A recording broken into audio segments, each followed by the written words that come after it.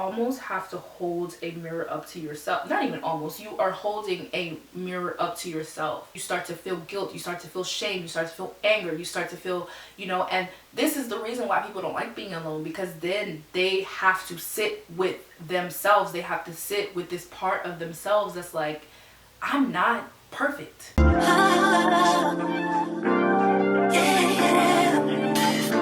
Hey guys, it's Aliesha, or you can call me Fly. How are y'all? Oh, welcome to the safe space. Today I'm doing a little get ready with me. I got my little makeup bag right here. I'm not going anywhere. I just want to do my makeup. I already did my brows and I did my little no, I just did my brows. What am I talking about? Oh my god. Okay. And I'm also going to be talking about how to find yourself in a world full of noise, just how to find yourself in general. And I was first learning how to love who I am. I had to kind of like see myself for who I really was.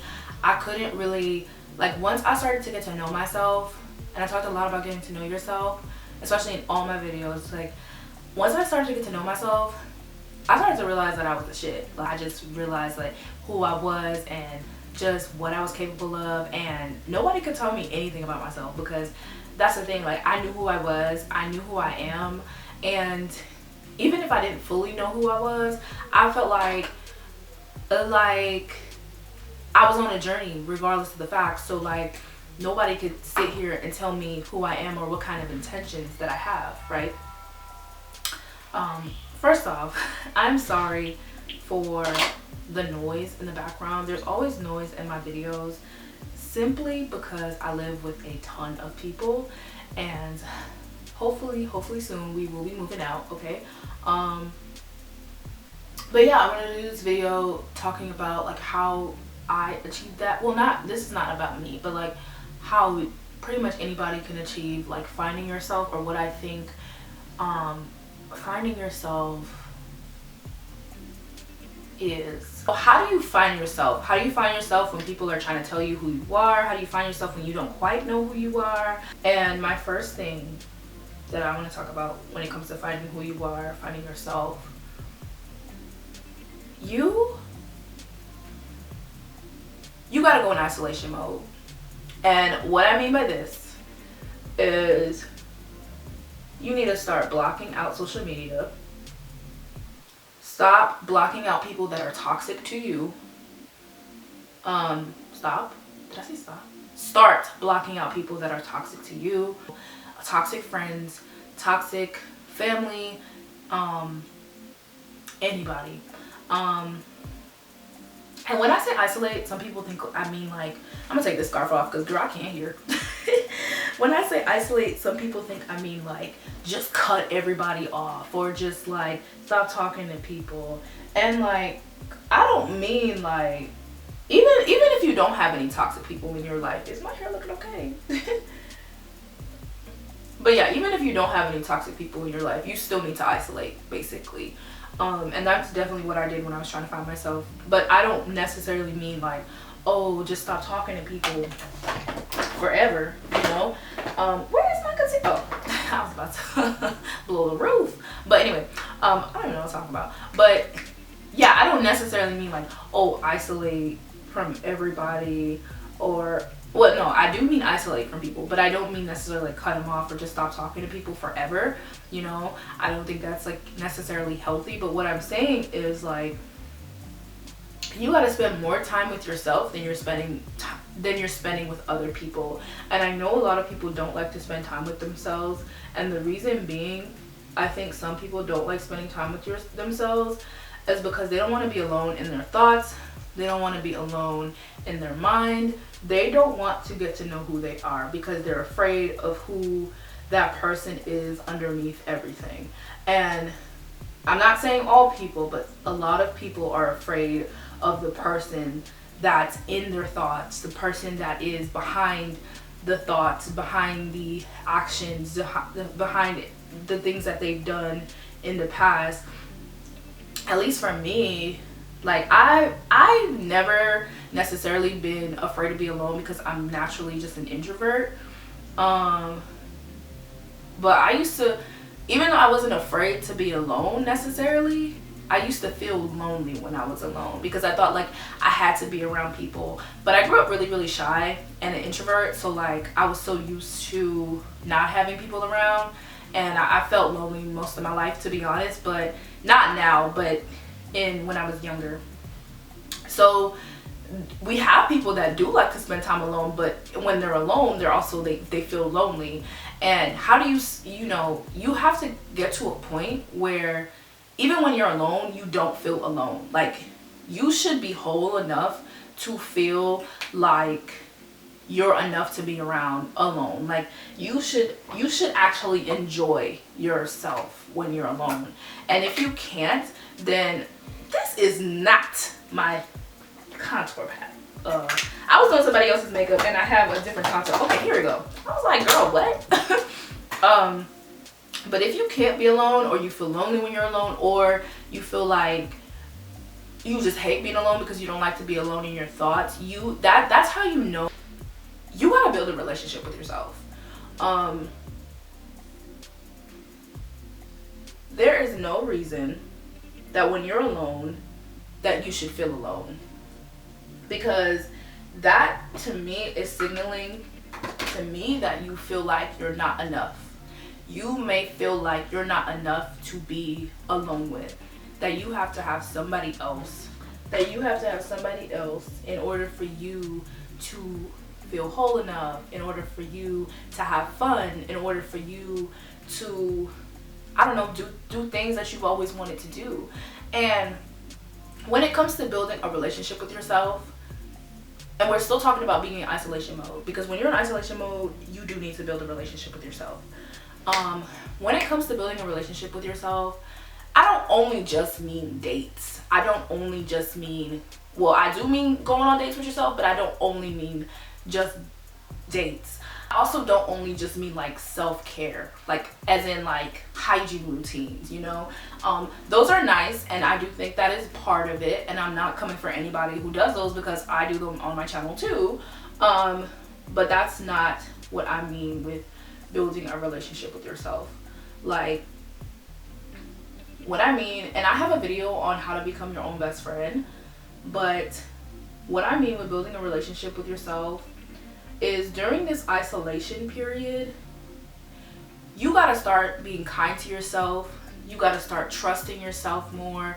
You gotta start being loyal to yourself. You gotta start loving on yourself. You gotta do all of these things. And now you're like, oh, well, how do I do that? How do I learn to trust myself? How do I learn to be kind to myself? How do I learn to love myself? How do I get to know myself, especially when it's like so much noise? Had a lot of noise in your life where people have told you certain things about you, or they've said you were one way and you really wasn't, or you know, they've placed these expectations on you, or they've placed these words on you and you thought like that's all you would ever be, or like how do you do that, right? So the way that I feel like that you have to, when you have to build this relationship with yourself, it's so much deeper than just getting to know like, oh, what you like, what makes you happy. Those are the things you do need to know, that stuff, and that is very important in isolation mode. But the first step, the first thing that you need to be cracking down when it comes to being by yourself in this isolation period, you need to dig up all of your trauma. You need to dig up all your trauma. You need to find out your triggers. You need to dig up all the stuff that you used to do in your childhood. You need to figure out what you used to like in your childhood, what bothered you in your childhood, what trauma you have in your childhood, what things that hurt you in your childhood. You also need to be going to therapy when you're in this isolation period. And like I said, isolation doesn't mean like, oh, stop, you know, talking to your friends, stop, you know, but like I said, spend more time with yourself than you're spending with other people.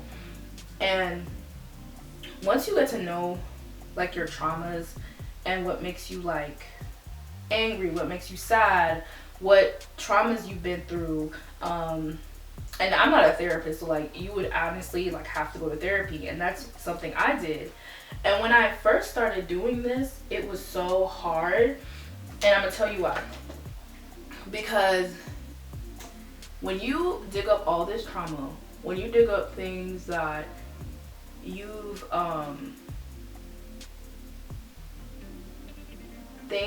blocked out in your life, you kind of get so many different emotions. You get feelings of guilt, you get feelings of shame, you try to blame yourself even for things that probably wasn't your fault. You try to tell yourself like you don't deserve love. You almost like try to deflect and try to hide from yourself. You try to do all of these things. And that kind of brings me to my next tip when it comes to like being by yourself and in general in life. You got to be honest with yourself. You got to be honest with yourself. And what I mean by this is that sometimes we do dig up things that in our past that we weren't, say we like hadn't been like good to other people, or we hadn't been good to ourselves. Sometimes we do dig up things and things that are our fault, that was our fault, that we have to sit with and be like, damn, I really did that person like that, or I really was unkind to myself, or I did this one thing with myself. And you kind of have to sit with that. You do start to feel shame and guilt and all of these things, not just for the things that were your fault, but also for things that weren't your fault in your childhood. Because to be honest, a lot of the things in our childhood wasn't our fault. But I'm not just talking about just your childhood. Like, I'm talking about things in your current life. Like, you have to also be truthful to yourself and the things that you're currently doing in your life. Digging up that trauma in your childhood is so important, because when you dig up the childhood trauma, you kind of realize why you do certain things that you do now. So if you dig up the trauma, and I think it's getting kind of dark in here, I'm not even gonna lie. Like, it's getting kind of dark, I need to hurry up.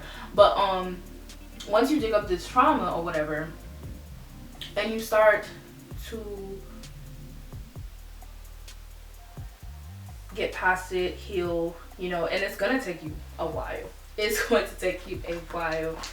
You'll start to see the things, why the current things that you have in your life, or the current things that you've done, why you did them. And odds are it's because of that trauma. And that's why digging it up is so important, because now when you dig it up, like I said, you have to hold yourself accountable to certain things that you've done in the past, certain ways that you've treated people, certain mistakes that you've made, things that you've tolerated in the past. You have to hold yourself accountable to this thing. And like I said, you start to feel guilt, you start to feel shame, you start to feel anger, you start to feel, and this is the reason why people don't like being alone, because then they have to sit with themselves. They have to sit with this part of themselves that's like, I'm not perfect. Really, you almost have to hold a mirror up to yourself. Not even almost, you are holding a mirror up to yourself. This may be the reason why you've been attracting certain people in your life. This may be the reason why you've been attracting certain men in your life. This might be the reason why, because of that childhood trauma, or because of whatever you went through. And it might not even be childhood trauma. It could be adult trauma. Trauma can happen in so many ways. This might be the reason why. And you start to, you got to sit down with this stuff. You got to heal from it. You got to cry. You got to be angry. You got to, But that's where what I was talking about, being kind to yourself, comes in. Because when you're in this isolation period, you got to tell yourself, like, look, I'm not perfect. I'm not perfect. I'm never going to be perfect. And when you start to realize that, like I said in my How to Love Yourself video, that's when you start to move into self-love, because you start to see yourself as not somebody who has to be perfect or shiny all the time. Guys, like these things that you've done in the past, this trauma, and you have to unpack it. You have to start journaling. You have to start asking yourself, like, the negative things that you tell yourself, and you have to really, really get to know who you are. You can't just hide behind, you can't just hide behind the negativity. You can't hide behind how you feel about yourself. You can't hide behind the noise, even the noise that people have told you in the past. And this is why you dig up that trauma, because some of the things that you've told yourself in the past is probably, or could be things that people just told you because it was like they weren't true, but people just told you because they were dealing with their own trauma, or they were dealing with their own BS, or they were dealing with projection or whatever. And now you've been carrying something that might not even be something you're supposed to carry. And that's the step into first getting to know yourself. You have to isolate. You have to dig up childhood trauma. You have to dig up adult trauma. You have to see yourself for who you are. You have to see the mistakes that you've made currently. You have to see the mistakes you've made in the past. You also have to see the mistakes that people have done to you, or I wouldn't even call it mistakes, because some of it is not a mistake and it was really traumatic to you, and it shouldn't have been done to you, and that's like whatever they did to you was not okay. But you also have to see dig up what people have done to you, and you have to start forgiving people. And that's a whole nother topic in another day, but isolation can make you feel very, very angry, very, very upset, all of these other emotions. But when it does, like, it's okay. It's okay to feel like that, because honestly, like, you don't know how much you are starting to get into who you really are, or why you really do things. And then you start to realize when these things have happened to you that they're not necessarily who you are. They may have been a part of your story, or they may have happened to you, but they're not exactly who you are, or, you know, they don't define who you are. And like I talk about in my You're Allowed to Change video, sometimes you think certain things that you've done, tolerated, or even just been through is who you have to be forever. And you start to realize when you get through these things, when you start being kind to yourself, when you start holding yourself accountable, when you start to be honest, that you don't have to sit in this trauma forever. You don't have to be this way forever. You don't have to, you know, you start to realize, like, oh my God, like, I don't have to sit in this space anymore, right? So then that happens, right? And okay, so what do you do after you've dug up the trauma and you've healed from everything? And this is gonna take a long time. This is gonna take a while, and this is why I said, like, isolation is necessary. Like, it's necessary, but it's not necessary for you to, like, cut everybody off. It's more so, like I said, spend more time with yourself than you're spending with other people. That's what I mean. So after all this happens, after you dig up the trauma, after you and I think I've talked about building a relationship with yourself a little too early, because this is kind of where that actually really comes in. So after all of this happens, you have to build a solid relationship with yourself. And I already said part of what you do to build a solid relationship with yourself, but now you have to get to know yourself. You have to get to know what you like, you know, what are your interests beyond what other people like to do, beyond what your friends like to do, beyond what people made you feel like you had to do. What do you like to do? And if you don't know that, then you need to be trying everything in the book to find out what you like to do. And what I mean by this is, like, try a bunch of different hobbies, try a bunch of different things. It does not hurt to try. I think when we turn adults, we realize, like, we think we can't, like, do certain hobbies, we can't do certain things, but they have adult classes, y'all, for certain things. And, like, they have adult dance classes, they have adult, like, swimming classes, they have, like, so many different things that you can do as an adult to find out who you truly are, or what you really like to do, or, you know, who you are beyond what society has to say, who you are beyond what people have had to say about you. Like, who are you? What do you like to do? And like I said, I don't necessarily think things define you, but, like, who, I guess the word is not who are you, but more so, like, I don't want to say what represents you, but maybe something like, I don't know the word, but like, you know, what do you like to do? What makes you happy? What makes you sad? What makes you, you know, you have to find out these things. And that's why I think, like I said, the childhood trauma thing is important, because honestly, if you can dig up things that were bad in your childhood, then you can dig up things that are good in your childhood. And a lot of the times, what we used to do as a child is what we like to do. Like, for instance, y'all probably don't know this, but I had a YouTube channel with like 5,000 subscribers when I was 16. And I didn't realize that I still liked to do YouTube. And I have started back 5 months ago, and it has been the best thing I ever done for myself. And honestly, if I hadn't dug back into my childhood and realized like this was a time in my life that I was super happy, this would not be my outlet. This would not be here today. And like, because I dug up the bad things, because I dug up the good things, like I was able to see myself and be like, oh my God, this is like, I really like doing this. Like, this was a fun thing in my childhood that I really loved to do. It is so dark, oh my God.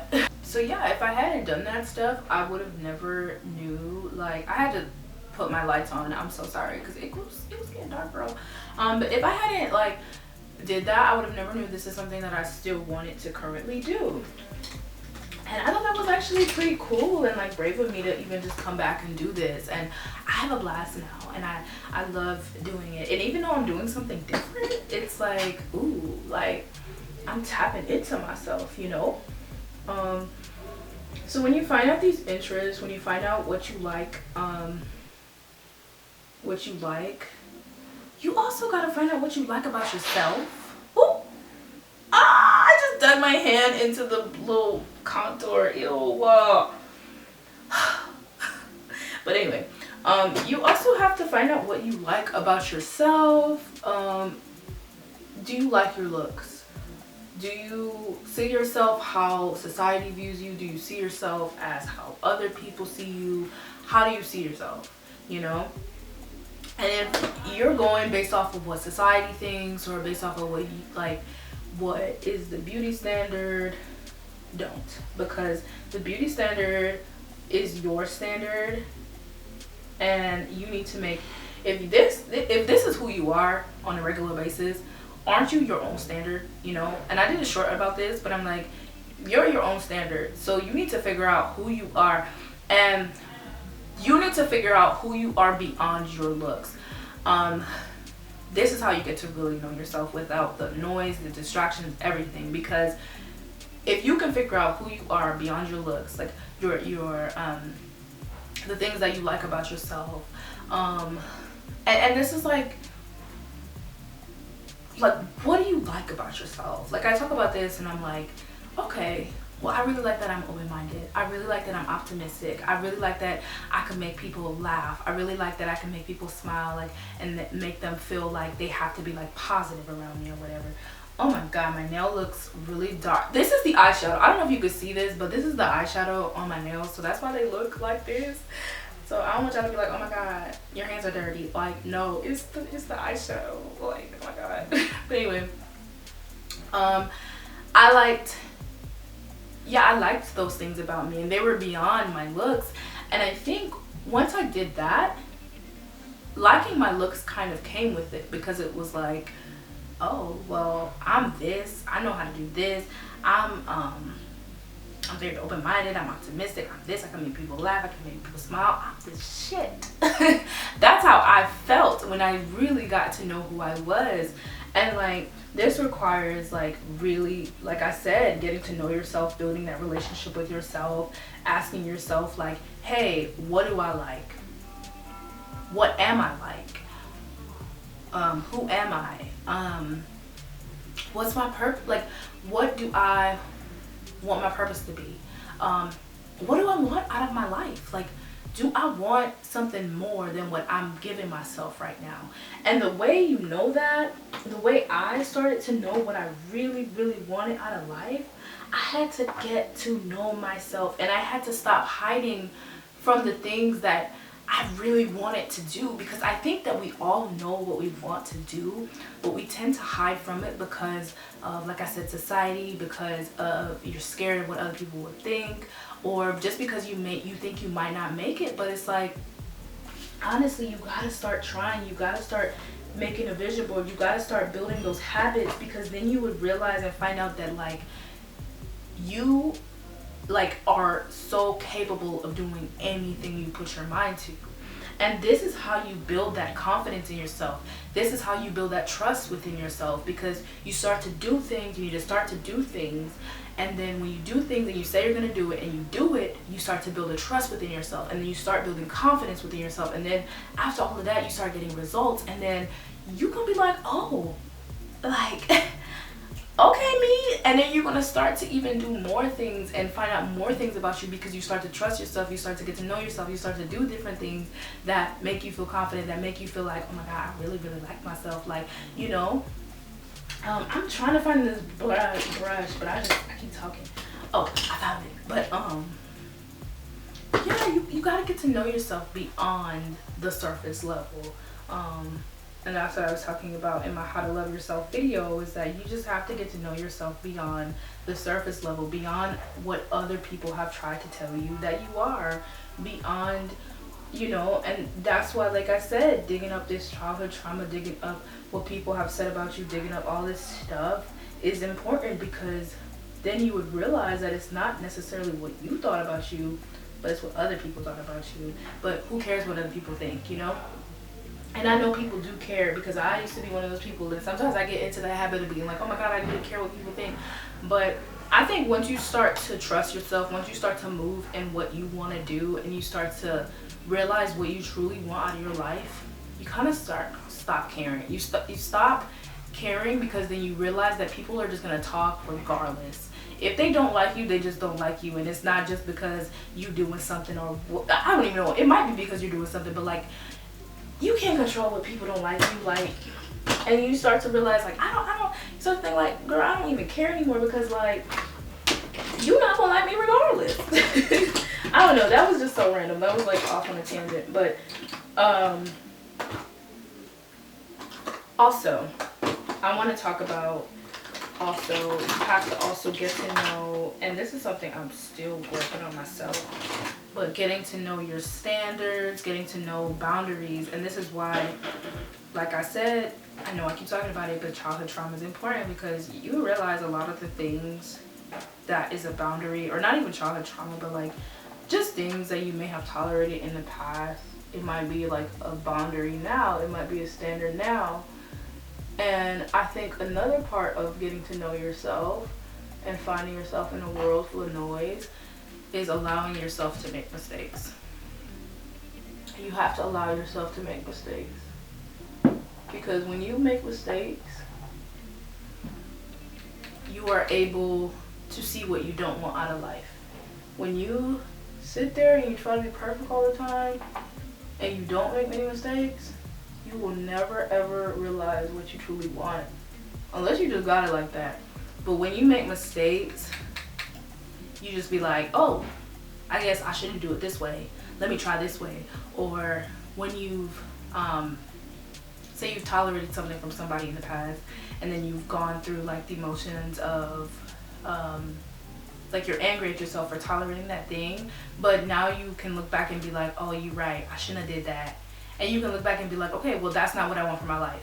That's not what I want to be. Or say you've been with somebody or had a certain friend and they weren't a good friend to you, or the guy wasn't a good person to you. Now you can be like, okay, well, that's not what I want in my life, and this is what I want. You have to make mistakes. If you don't make mistakes, you'll never know what you truly want out of life.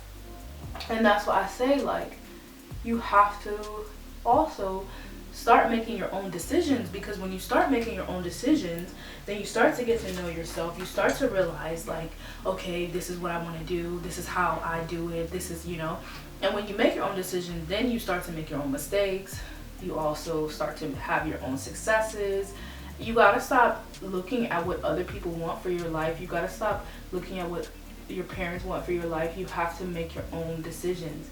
And that's how you get to know yourself, because you start to like move into the space where you're learning how you perform habits, how you